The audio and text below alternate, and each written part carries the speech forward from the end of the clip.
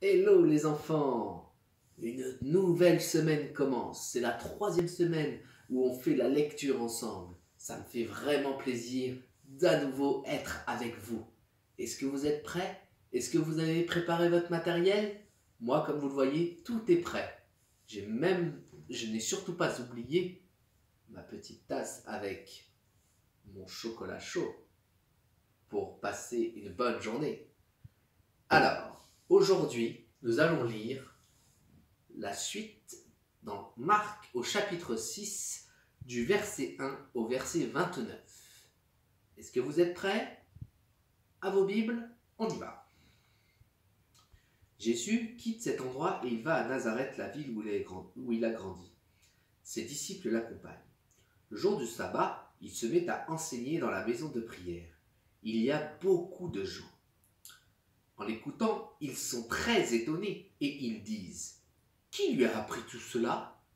Cette sagesse qu'il a reçue, qu'est-ce que c'est? Et ces miracles qu'il fait, comment les fait-il?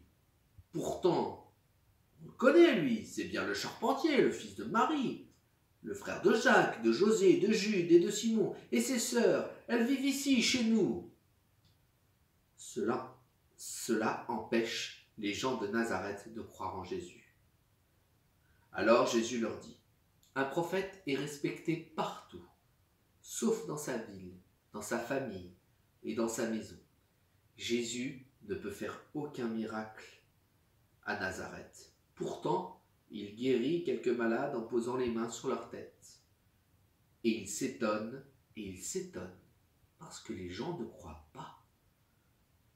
Ensuite, Jésus va enseigner dans tous les villages qui sont autour de Nazareth. Il appelle les 12 apôtres et il se met à les envoyer deux par deux.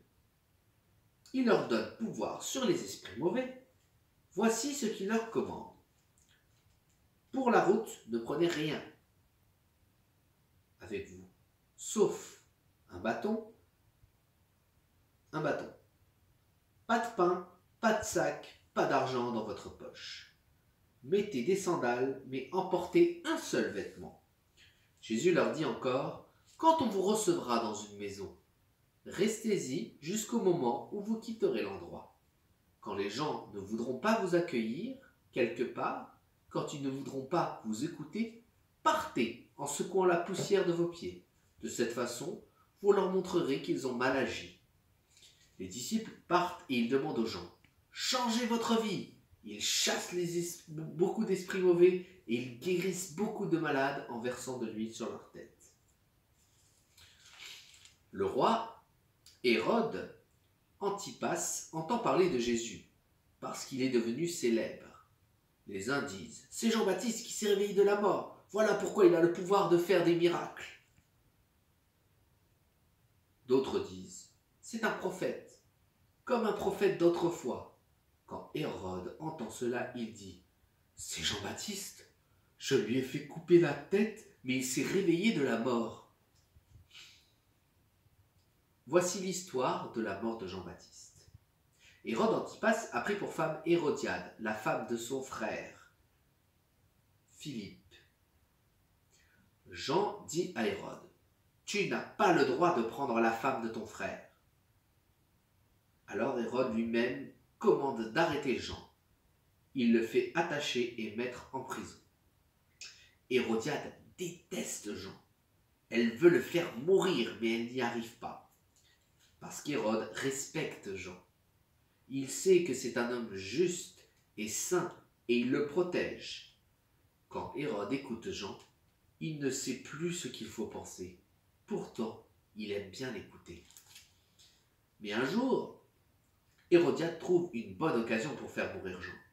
C'est l'anniversaire d'Hérode, et celui-ci donne un grand repas. Il invite les notables, les chefs de l'armée et les gens importants de Galilée.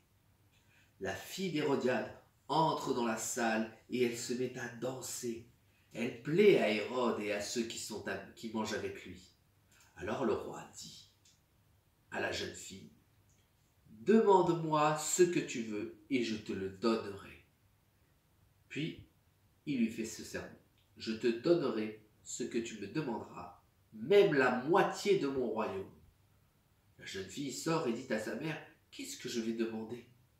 Sa mère lui répond, « Demande la tête de Jean-Baptiste. » La jeune fille se dépêche de retourner auprès du roi et lui dit, « Je veux que tu me donnes tout de suite, sur un plat, la tête de Jean-Baptiste. » Le roi devient tout triste, mais il n'ose pas repousser sa demande, parce qu'il a fait un serment devant les invités. Aussitôt, il donne cet ordre à un soldat. « Va et apporte-moi la tête de Jean. » Le soldat part et il va dans la prison pour couper la tête de Jean. Il apporte la tête sur un plat et il la donne à la jeune fille, et la jeune fille la donne à sa mère.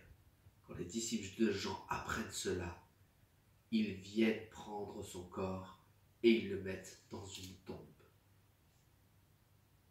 Voilà, c'était notre lecture d'aujourd'hui. Maintenant, je t'invite à... C'est à toi de jouer. Tu repères un verset préféré, tu le notes dans ton cahier, et puis ensuite, quand tu auras terminé, tu pourras colorier.